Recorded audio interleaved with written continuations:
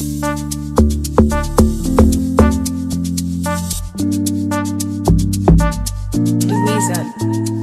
Hello, everybody. This is Stephanie Butler Adams, and I am the Dance Council Chair for CAHPERD. That is the California Association for Health, Physical Education, Recreation, and Dance. And I am super duper excited tonight because we are having dance chats all this week and leading up to our annual conference, which is taking place in a little bit, next month actually, February 1st through the 3rd in Garden Grove, California. The CAHPERD conference will be taking place. It's called Everybody Moves. Don't you love it? So tonight we are having a dance chat with the one and only Keisha Clark Booth. Now, I'm introducing her to some, presenting her to others, right? Because Keisha is actually, drum roll please, she is the dance chair elect for CAHPERD. That's right. Come on, clap it up, everybody. Woo-hoo. She will be sitting in this seat next year, June. And I am so excited because, you know what? I love the whole process of succession. You know, some of you watched that show a lot last season. But when I'm talking succession, I'm talking about being able to pass the baton and keep the legacy going. And so it is an honor to have Keisha with us just to talk a little bit about what else? Dance, of course. Hi, Keisha. Hi, Stephanie. Hi, everyone. It's an honor to be here, and I'm just really grateful for this opportunity to sit and chat. Absolutely. Well, look, Keisha, we're trying to get folks excited about CAHPERD, but also excited about dance and movement and just being in the presence, you know, just being in a space of activity. We always say that, you know, you have to keep moving because, and I know one of your conferences, your theme is dance is life.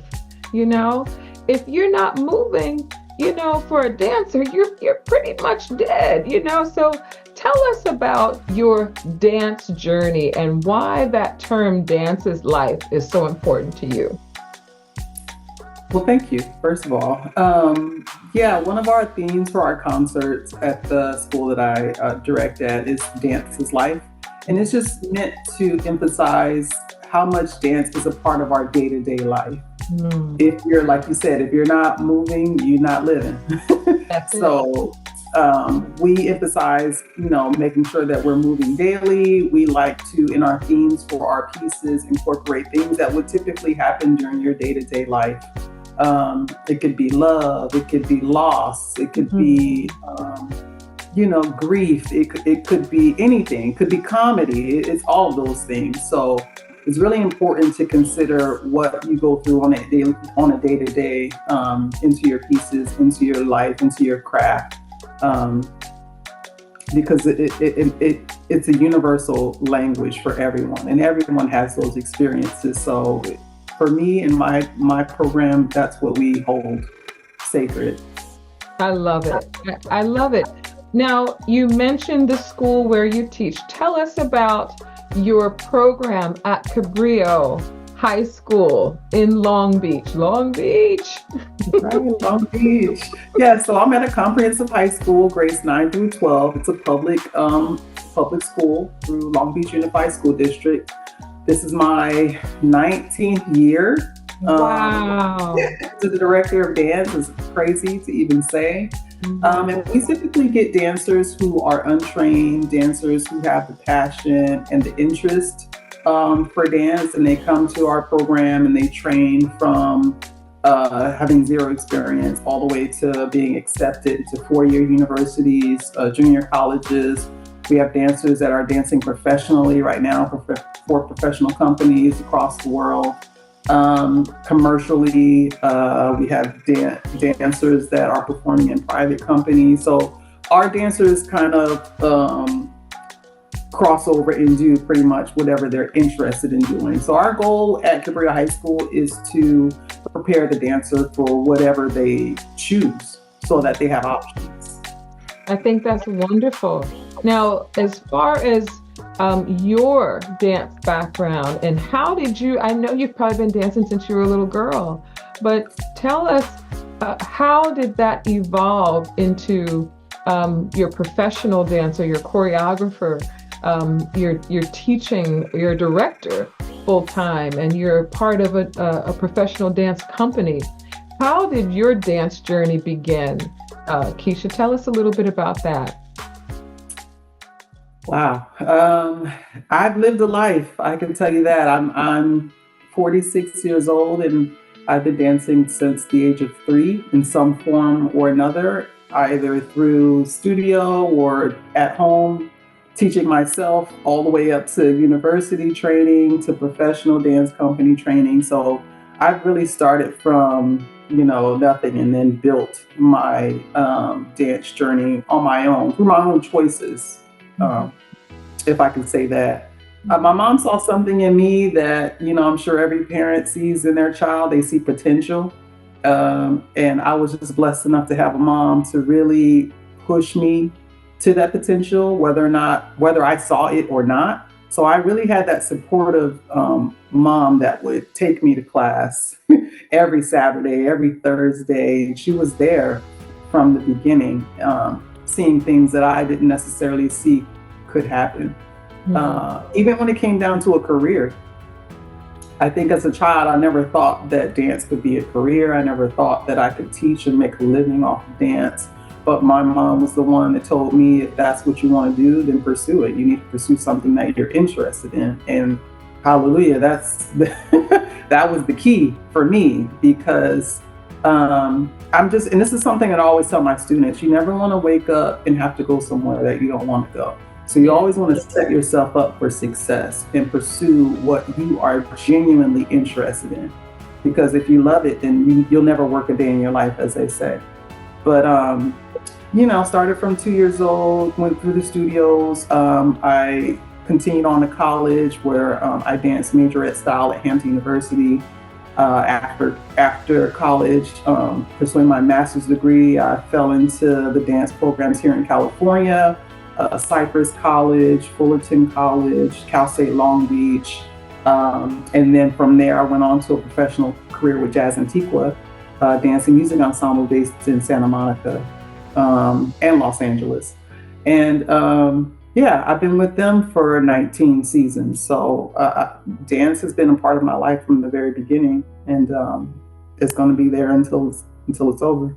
I love it, Keisha. That's thank you for sharing that with us because there's somebody that might be listening or watching and saying, wow, you've been dancing forever, but I just started in this thing, and or I started late, as far as wanting to express myself creatively, and then as an educator, as a teacher, as someone you mentioned. Wow, who knew? I think all of us that are in this world of dance. We have great aspirations, but I love that you mentioned to your students you can do what you want to do, you and do what you love and what you're passionate about. And I think that one of the things I see when I see your program at Cabrillo, you say that they come in and they don't have any dance background, but by the time you get through with them, they look like they've got some dance background. And I love that. I love that. That's It's work. important. It's work. It is work. It is work. It's Yes. work, but it can be so fulfilling. Keisha, share with us real quickly. Now, you've been teaching for a minute, so what have you seen today in 2023, 2023 classroom that you didn't see back in the day when you were coming up as a student? What are some changes that you see as a dance educator? That's a good question. I mean, from my experience in my classroom, obviously, COVID had an effect on all of us in every classroom. So there is a journey getting the kids to be as hungry as I remember them when I first started to teach or when I first started teaching. The kids would do anything. They would try anything. I would have these kids that just, coming from the neighborhood and were hungry. Like, what's the step? I don't know what it's called, but show me. Let me, they were just hungry for information and they wanted to excel and they wanted to please, the teacher. They wanted that feeling of being great and accomplishing something. Since COVID, that it's changed a bit. It's died down a little bit. I don't know if, nobody had fun being home. Nobody had fun, taking dance class in their living room amongst, their entire family for them to judge and all of that. So it was tough, I think, on the students, and just watching them come back now in the classroom, I start to see that hunger a little bit more. And so I'm very excited about that because, for a time it was a little bit, it was sad, it was sad. And now just to see that joy come back to the students is bringing joy back to myself. So I'm just really happy about the future and I'm excited about where dance is going.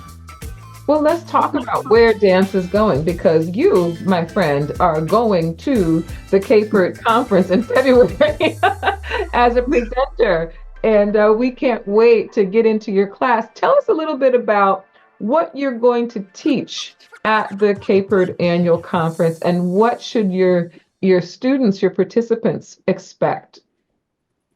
Well, my class is going to be a fun jazz class, and it's going to be based on community building. So in Jazz Antiqua, our director, Pat Taylor, she really emphasizes that dance is for the community and it's from the community and it should be accessible to all. So in my jazz class, we're going to emphasize on that. We're going to do a lot of circles. We're going to do a lot of community dancing. We're going to do a lot of connections with each other. So I'm really excited. It's you don't have to necessarily have a dance background. You don't have to have technique and been training since you were 2 years old. It's basically going to be a class where people come together and learn the techniques that I use in my program to help build community.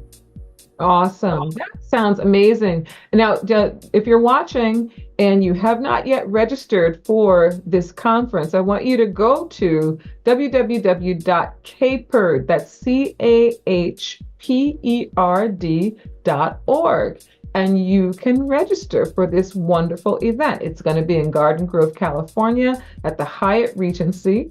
And just come check it out. And also, one of the things, Keisha, that I know that has been heavy on my heart to do since I became a part of CAHPERD, which was just a few years ago, was to help people be more aware of this organization. This is an organization it's like how you say, train the trainer. Well, these are educators teaching other educators how we can all excel in the classroom and beyond. So there are all different levels of it. Like you said, I'm not, folks who want to come and say, I'm not really a professional dancer. No problem. Come and move your body. Remember, the theme is every body moves. All of us can do something. And that's what I hear in coming from your community building class. Does that sound about right?